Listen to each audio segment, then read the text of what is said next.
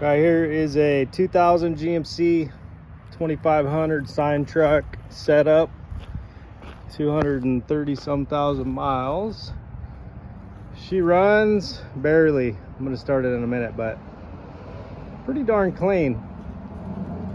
Tires are good all the way around. It's got some scratches, dings here and there, but pretty straight.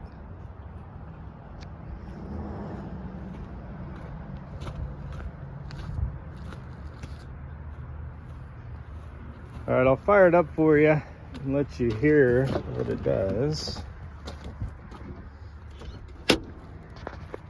Inside's clean, no rips or tears, nothing like that. Okay, let's fire it up.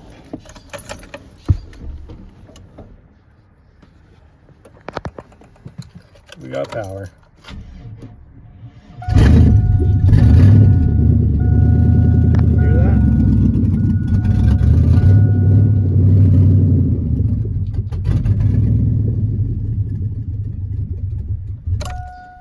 And that's it.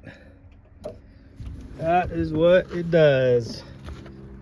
So anyways, driver's side's nice and clean. Like I said, tires are good all the way around. So any questions on this truck, let us know. Otherwise, thanks for watching.